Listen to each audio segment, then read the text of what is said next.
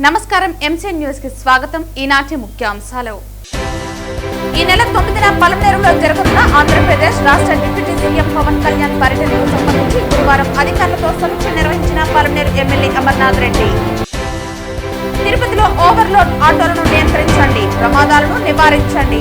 RTO అధికారులు motor vehicle act ను కఠినంగా అమలు చేయాలి. బీజేపీ నేత నవీన్ కుమార్ రెడ్డి విజ్ఞప్తి. ఏఐ టెక్నాలజీతో శ్రీవారి దర్శనాలు సాధ్యం కాదు. టీటీడీ చైర్మన్ వీఆర్ నాయుడుకు బిల్డప్ ఎక్కువ, పని తక్కువ. తిరుమలలో బ్లాక్ టికెట్లు దందా నడుస్తోంది ఆరోపించిన టీటీడీ మాజీ చైర్మన్ భూమన కరుణాకర్ రెడ్డి. వార్తల్లోని వివరాలు. ఈ నెల 9న చిత్తూరు జిల్లాలోని పలమనేరులో జరగనున్న ఆంధ్రప్రదేశ్ రాష్ట్ర డిప్యూటీ సీఎం పవన్ కళ్యాణ్ పర్యటనకు సంబంధించి పలమనేరు ఎమ్మెల్యే అమర్నాథ్ రెడ్డి గురువారం అధికారులతో సమీక్షా సమావేశం నిర్వహించారు. ఈ సందర్భంగా ఆయన అటవీ మరియు పంచాయతీరాజ్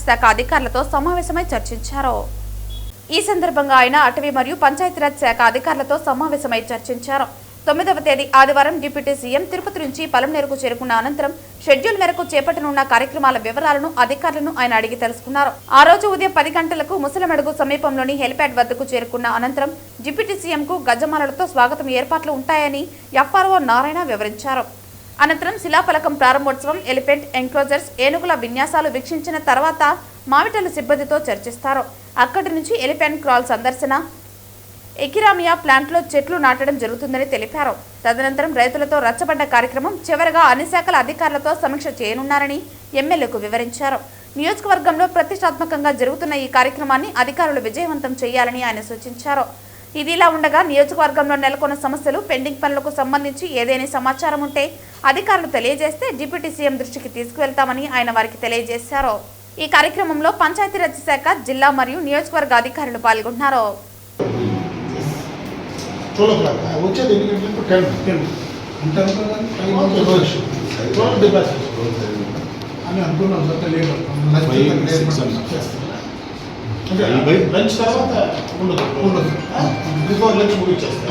తిరుపతిలో ఎన్ని గంటలు పెట్టుకున్నారు? అది ముందు రోజు సేమ్ లేదా? లేదు, సేమ్ రేట్. ముందు రోజు వస్తారు, మళ్ళీ ఇంటికి మళ్ళీ వస్తారు.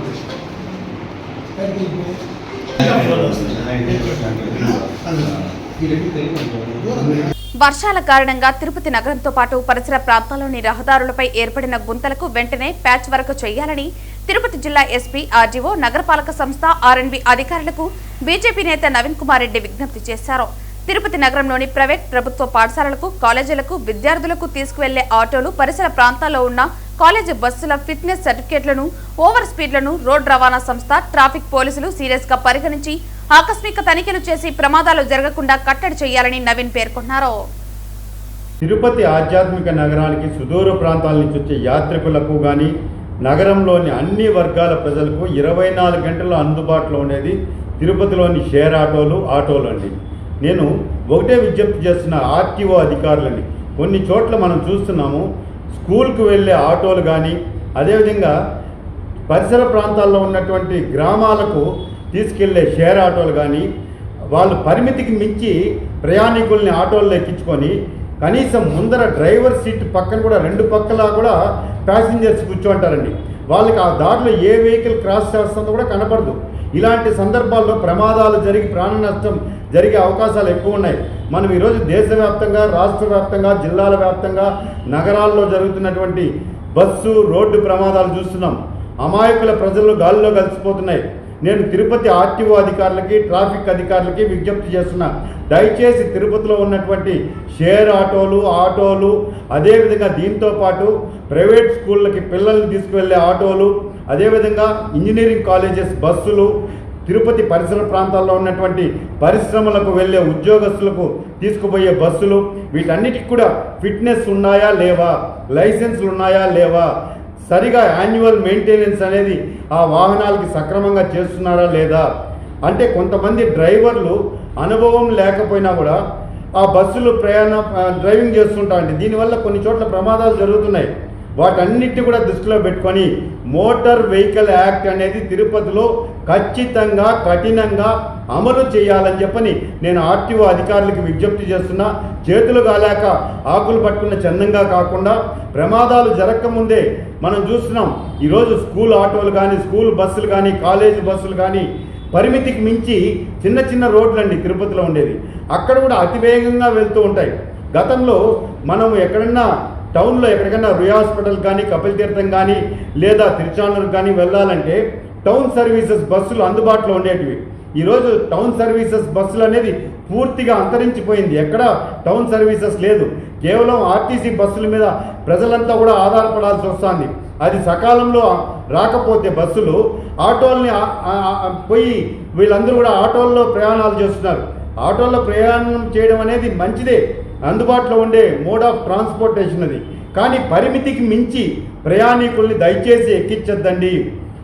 ఏదైతే మోటార్ వెహికల్ యాక్ట్ ప్రకారం ఎంతమందిని అయితే ఆటోల్లో ఎక్కించాలో అంతమందిని మాత్రమే ఎక్కించండి. బస్సులు కూడా, కాలేజ్ బస్సులు కూడా ఈరోజు సమయానికి కాలేజీలు చేరాలని, పరిశ్రమలకి పోయి బస్సుల్లో ఉద్యోగస్తులు పనిలో చేరాలని చెప్పని హడావిడిగా పోతూ ఉంటాయండి బస్సులన్నీ, ఇంజనీరింగ్ కాలేజెస్ బస్సులు. వీటన్నిటి మీద కూడా నేను ఆర్టీఓ అధికారులకి, ట్రాఫిక్ అధికారులకి విజ్ఞప్తి చేస్తున్నాను. మీరు ప్రతి నెల సర్ప్రైజ్ విజిట్లు అనేది పెట్టండి. ఆకస్మిక తనిఖీలు కానీ చేసినట్లయితే ఏదైనా లోటుబాట్లు ఉంటే ఖచ్చితంగా అది బయటకు వస్తాయి. దాన్ని ఆ యాజమాన్యం ఎవరైతే ఉంటారో వాళ్ళు దాన్ని సరి చేసుకునే అవకాశం కూడా ఉంటుందండి. ఎప్పుడో ఎక్కడో ప్రమాదాలు జరిగినప్పుడు హడావిడిగా మీటింగులు పెట్టడము, 2 రోజులు చెకప్లు చేయడము, చెక్ చేయడము, వదిలేయడం కాదండి. 24/7 తిరుపతి లాంటి ప్రదేశాల్లోనే కాకుండా అన్ని చోట్ల కూడా ఆర్టీఓ అధికారులు అప్రమత్తంగా అన్ని వాహనాలను తూచా తప్పకుండా తనిఖీలు చేసి ప్రాణ నష్టం జరగకుండా చూడాల్సిన బాధ్యత మీ మీద ఉన్నదండి. ఏఐ టెక్నాలజీతో శ్రీవారి దర్శనాలు సాధ్యం కాదని మాజీ టీటీడీ చైర్మన్ భూమన కరుణాకర్ రెడ్డి అన్నారు. టీటీడీ చైర్మన్ బీఆర్ నాయుడుకు బిల్డప్ ఎక్కువ, పని తక్కువ అని ఎద్దేవా చేశారు. టీటీడీ చైర్మన్ గా బీఆర్ నాయుడు దారుణంగా విఫలమయ్యారని, తిరుమలలో బ్లాక్ టికెట్ల దందా నడుస్తోందని భూమన కరుణాకర్ రెడ్డి ఆరోపించారు. మీరు చేసినటువంటి పని ఏంటి? మీ హయాంలో బ్లాక్ టికెట్లలో విపరీతంగా దళారులు దొరుకుతున్నారు అన్నటువంటి విషయం కూడా నిజమే కదా. అక్కడున్నటువంటి ఒక విజిలెన్స్ ఆఫీసర్ పెత్తనం అంతా ఇంత సాగటం లేదు అన్నది మొత్తం తిరుమల తిరుపతి దేవస్థానం అంతా కూడా చర్చనీయాంశంగా లేదా? కొండ మీద మార్షల్ లాగా మనీష్ లా అనే వ్యక్తి లా కొనసాగటం లేదా? వాళ్ళెవరు? అక్కడ ఉన్నటువంటి వాళ్ళు మీ కార్యాలయంలోనే సెటిల్మెంట్లు చేస్తున్నారు. మీ కార్యాలయంలోనే ఎవరికి ఏం చేయాలా, వైసీపీ వాళ్లను ఎలా బెదిరించాలా అన్నటువంటివి జరగటం లేదా? మీ పేరు చెప్పుకొని వాళ్ళు చేస్తున్నటువంటి దందాలు ఎన్నున్నాయి? 1 కాదు 2 కాదు. మీ పాలనంతా ఈ ఏడాది కాలం అత్యంత అసమర్థుని యొక్క ఆలోచనల సమాహారం తప్ప మరొక్కటి కాదు. నిరంతరము వీళ్ళు కరుణాకర్ రెడ్డి మనిషి, వీళ్ళు వైసీపీ మనిషి, టీటీడీలో పనిచేసే వాళ్ళు 20-30 ఏళ్లుగా పనిచేసే వాళ్ళందరి మీద నిఘా వ్యవస్థతో వాళ్ళ మీద పెట్టి వాళ్ళని బెదిరించి ఆ వీసీని సదాశివమూర్తిని బండబూతులు తిట్టిన మాట నిజం కాదా? మీరు కొండ మీదనే పిలిచి భయపడి చచ్చిపోయినాడు ఆయన. వేద పారాయణ ఇంటర్వ్యూలు ఆపేసింది మీరు కాదా? బ్రాహ్మణులకందరికీ కోపం తెప్పించింది మీరు కాదా? ఏంటి ఏ పని మీరు సరిగ్గా చేసినటువంటిది? మిమ్మల్ని బ్రాహ్మణ ద్వేషిగా అందరూ కూడా భావిస్తున్నారు. మీకేమో బిల్డప్ చాలా ఎక్కువ, విషయం చూస్తే 0, మాటలు మాత్రం మామూలుగా ఉండవాడు. అంతూ చూస్తానంటారు ఏమన్నా అంటే. కనీసం మీరు చేసినటువంటి తప్పులు సరిదిద్దుకోవడానికి మీ తప్పులు కూడా చూపకపోతే ఎట్లా? నేను ఎత్తి చూపకపోతే ఎట్లా? చూపుతూనే ఉంటా. చూపటం నా బాధ్యత, సరిదిద్దుకోవటం మీ బాధ్యత. సరిదిద్దుకోకుండా ఎంతసేపు నా మీద పడిపోయి వైసీపీ వాళ్లంతా ఇలాంటి వాళ్లే, వైసీపీ వాళ్ల కథ తేల్చేస్తామంటే ఎలా కుదురుద్ది? మీరు అత్యంత పవిత్రమైన పుణ్యక్షేత్రంలో స్వామివారి ప్రథమ సేవకునిగా ఉన్నటువంటి వ్యక్తి ఏ రకంగా ఉండాలి? టీటీడీ పాలక మండలి పదవి మీకు జన్మజన్మల పుణ్యం, నిజంగా అందులో అనుమానమే లేదు. స్వామిది అది భాష్యం, భక్తులకు మాత్రం పూజ. ఏ చిన్న పని కూడా మంచి కూడా మీ ద్వారా భక్తులకు వనగూరింది ఏమీ లేదు. మీ చేతిలో మీడియా ఉంది కనుక వాళ్ళు మీ ఇష్టం వచ్చినట్టుగా ఏం చెప్పినా ప్రసారాలు చేస్తారు గనక ఆ చాణక్య నీతి, చాణక్య లౌక్యం మీ దగ్గర ఉంది కనుక మీరు చెప్పేటివన్నీ జనం నమ్ముతారు అనుకుంటే మాత్రం అది చాలా భ్రమ. ఇదిగో మీ ఛానల్లో పనిచేసేటువంటి మూర్తి మొన్ననే కేసు నమోదైంది. ఈయన నిరంతరం మా మీద దాడి చేస్తానే ఉంటాడు. 10 కోట్లు బ్లాక్ మెయిల్ చేశాడని TV5 మూర్తి మీద కేసు నమోదైంది. ఒక సినీ నటి భర్త అతని మీద ఇచ్చినటువంటి కంప్లైంట్. అంటే ఎంత అరాచక శక్తుల్ని మీరు పెంచి పోషిస్తున్నారు మీ ఛానల్లో అనటానికి ఇంతకంటే ఉదాహరణ మరొక్కటి లేదు. ఇది మీ పాలనలో, మీ హయాంలో జరుగుతున్నటువంటి ఘోరాతి ఘోరమైనటువంటి చేష్టలు, నిర్ణయాలు. ఒక్కటి కూడా భక్తులకు పనికి వచ్చేటువంటి నిర్ణయం ఈ సంవత్సర కాలంగా మీరు చెయ్యలేదు అన్నటువంటి విషయాన్ని చెప్తున్నాను. తిరుపతి జిల్లా కేవీపీపురం మండలం పాతకాలువ రాయల చెరువు గడ్డిపడి కలత్తూరు గ్రామంలో నీరు ఉధృతంగా ప్రవేశించిన ఘటన ఈ రోజు ఉదయం సుమారు 5 గంటల సమయంలో చోటు చేసుకుంది. ఈ అనుకోని ఘటనతో గ్రామం నీట మునగడంతో జనజీవనం తాత్కాలికంగా అస్తవ్యస్తమైంది. సమాచారం అందిన వెంటనే Puttur sub division DSP Ravikumar, సీఐలు, ఎస్ఐలు మరియు కేవీపీపురం, సత్యవేడు, పిచ్చాటూరు పోలీస్ స్టేషన్ల సిబ్బంది హుటాహుటిన ఘటనా స్థలానికి చేరుకుని గ్రామస్తుల సహాయంతో సహాయక చర్యలను ముమ్మరం చేశారు. తదుపరి జిల్లా ఎస్పీ సుబ్బరాయుడు సంఘటనా స్థలానికి చేరుకుని పరిస్థితిని ప్రత్యక్షంగా పరిశీలించారు.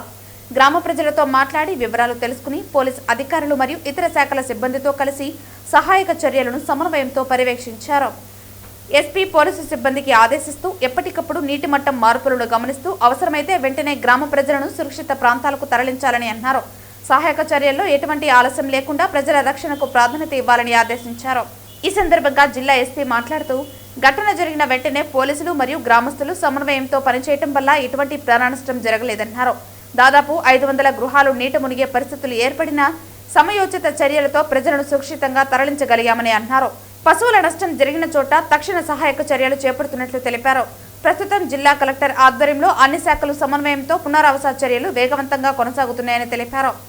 ఎస్పీ ప్రజలను అప్రమత్తంగా ఉండాలని సూచిస్తూ ప్రభుత్వం మరియు పోలీసు శాఖలు ప్రజల భద్రత కోసం పూర్తిస్థాయి సన్నద్ధతో పనిచేస్తున్నారని, ఎవరూ ఆందోళన చెందవలసిన అవసరం లేదన్నారు.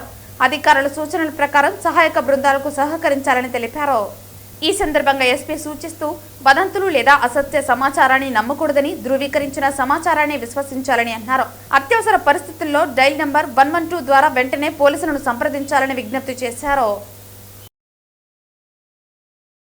కేవీపీపురం మండలం ఓలూరు గ్రామ సమీపంలోని రాయల చెరువు రిజర్వాయర్కు గడ్డిపడి ఈ రోజు ఉదయం కట్ట తెగిపోవడంతో చెరువులోని నీరు మొత్తం పంట పొలాలు పాతపాలెం హరిజనవాడ, పాతపాలెం అరుంధతివాడ, కలత్తూరు గ్రామం మరియు హరిజనవాడ మొత్తం వేలాది ఇళ్లు జలమయమై ప్రజలు తీవ్ర ఇబ్బందులు పడుతున్నారని సిపిఎం పార్టీ జిల్లా కార్యదర్శి వందవాసి నాగరాజు తెలిపారు. పంట పొలాలు ఇసుక మేట వేసి సాగు చేయడానికి కూడా వీలులేని పరిస్థితుల్లో దెబ్బతిందని, పాతపాలెం వెళ్లే దారి పూర్తిగా ధ్వంసమైందని తెలిపారు. తక్షణమే ప్రభుత్వం పాతపాలెం వెళ్లే రహదారిని పునరుద్ధరణ చేసి పంట పొలాలు నష్టపోయిన రైతులకు ఎకరాకు 50,000 రూపాయలు, పశువులకు 50,000 పరిహారం చెల్లించాలని, ఇళ్లలో నీళ్లు వచ్చి జలమయమైన కుటుంబాలకు ప్రతి కుటుంబానికి 25,000 రూపాయల వంతున పరిహారం చెల్లించాలని ప్రభుత్వానికి విజ్ఞప్తి చేశారు. పూర్తిగా నిరాశ్రయులైన వారికి ఆహార పొట్లాలు సరఫరా చేయాలని అధికారులకు విజ్ఞప్తి చేశారు. జిల్లా కలెక్టర్ ఉన్నతాధికారులు దెబ్బతిన్న ప్రాంతాలను, బాధితులను పరామర్శించి వారికి ధైర్యాన్ని చెప్పి నష్టపరిహారాన్ని అంచనా వేసి రాష్ట్ర ప్రభుత్వం దృష్టికి తీసుకువెళ్లి వారికి న్యాయం జరిగేటట్లు చూడాలని సిపిఎం డిమాండ్ చేస్తోందని అన్నారు. ఈ ఘటనకు కారకులైన ఇరిగేషన్ అధికారులపై, సంబంధిత ఇతర శాఖల అధికారులపై తగిన చర్యలు తీసుకోవాలని కోరుతున్నామన్నారు. కేవీపురం మండలం ఓళ్ళూరు సమీపంలోని రాయల చెరువు రిజర్వాయరు చెరువు కట్ట తెగిపోయి ఆ క్రింద గ్రామాలైన ఓళ్ళూరు దళితవాడ, పాతపాలెం దళితవాడ, అరుంధతివాడ పూర్తిగా దెబ్బతినిపోయినాయి. అక్కడ ఇళ్లలేక పూర్తిగా నీళ్లు వచ్చేసి బురదమయమైపోయి ఏ వస్తువు పనికిరాని పరిస్థితిలో అయిపోయింది. అనేక వస్తువులు ఆ ఎల్లంలో కొట్టుకుపోయినాయి. పశువులు, వందలాది పశువులు ప్రాణాలను కోల్పోయాయి. మొత్తం వ్యవసాయ పరికరాలు, ట్రాక్టర్లు మొత్తం కూడా కొట్టుకుపోయిన పరిస్థితి మనకు కనిపిస్తూ ఉంది. ఈ యొక్క చెరువు నిర్వహణలో ఇరిగేషన్ అధికారులు చాలా నిర్లక్ష్యం వహించారని స్పష్టంగా తెలుస్తూ ఉంది. ఎవరు దీని కారకులు, దీని నిర్వహణ లోపాల కారకుల మీద చర్యలు తీసుకోవాలి. ఈ నష్టపరిహారాన్ని పూర్తిగా ప్రభుత్వం చెల్లించాల్సిన అవసరం ఉంది. జిల్లా కలెక్టర్ గారు, ఉన్నతాధికారులు ఆ ప్రాంతాన్ని పరిశీలించి ఈరోజే నష్టపరిహారాన్ని అంచనా వేసి వెంటనే పంపించాల్సిన అవసరం ఉంది. దళితుల ఇళ్లలోకి పూర్తిగా నీళ్లు మునిగిపోయిన పరిస్థితి, ఏ ఒక్క ఇల్లు ఇప్పుడు పనికిరాని పరిస్థితి, ఇల్లు పూర్తిగా నిర్మించుకోవాల్సిన స్థితికి వెళ్ళిపోయిన హృదయ విదారకమైన పరిస్థితి మనకు కనిపిస్తూ ఉంది. ఇటువంటి పరిస్థితుల్లో ఇటువంటి విపత్తులు జరిగిన సందర్భంగా జరిగిపోయినప్పుడు వెళ్ళి ఇతర పోలీసు అధికారులు పరిశీలించడంలో జరగక ముందు తీసుకోవాల్సిన జాగ్రత్తలు తీసుకోవడంలో పూర్తిగా వైఫల్యమైనారని చెప్పి సిపిఎం భావిస్తూ ఉంది. వెంటనే అక్కడ బాధితులకి అన్ని రకాలుగా ఆదుకోవడానికి ప్రయత్నం చేయాలి. కొంతమంది ప్రజాప్రతినిధులు నష్టపరిహారం ప్రకటించినప్పటికీ అది ఏమాత్రం సరిపోదు. మొత్తం లక్షలాది కోట్లాది రూపాయల నష్టం జరిగింది. ఆ నష్టాన్ని అంతా పూరించాలని చెప్పి సిపిఎం పార్టీ భావిస్తూ ఉంది. సిపిఎం పార్టీ ఆ ప్రజలకి ధైర్యంగా ఉండాలని చెప్పేసి వాళ్ళందరికీ కూడా తెలియజేస్తూ ఉంది. ఈ ప్రభుత్వ యంత్రాంగం ఏమాత్రం అలసత్వం వహించినా ప్రజలకు అండగా సిపిఎం పార్టీ ఉంటుందని చెప్పేసి తెలియజేస్తా ఉంది. వార్తలు ముగించే ముందు ముఖ్యాంశాలు మరోసారి. ఈ నెల 9న పలమనేరులో జరగనున్న ఆంధ్రప్రదేశ్ రాష్ట్ర డిప్యూటీ సీఎం పవన్ కళ్యాణ్ పర్యటనకు సంబంధించి గురువారం అధికారులతో సమీక్ష నిర్వహించిన పలమనేరు ఎమ్మెల్యే అమర్నాథ్ రెడ్డి. తిరుపతిలో ఓవర్లోడ్ ఆటోలను నియంత్రించండి, ప్రమాదాలను నివారించండి. ఆర్టీఓ అధికారులు మోటార్ వెహికల్ యాక్ట్ ను కఠినంగా అమలు చేయాలి. బీజేపీ నేత నవీన్ కుమార్ రెడ్డి విజ్ఞప్తి. ఏఐ టెక్నాలజీతో శ్రీవారి దర్శనాలు సాధ్యం కాదు. టీటీడీ చైర్మన్ వీఆర్ నాయుడుకు బిల్డప్ ఎక్కువ, పని తక్కువ. తిరుమలలో బ్లాక్ టికెట్లు దందా నడుస్తోంది ఆరోపించిన టీటీడీ మాజీ చైర్మన్ భూమన కరుణాకర్ రెడ్డి. ఈ వార్తలు ఇంతటితో సమాప్తం. తిరిగి వార్తల్లో మళ్ళీ కలుద్దాం. అంతవరకు సెలవు. నమస్కారం.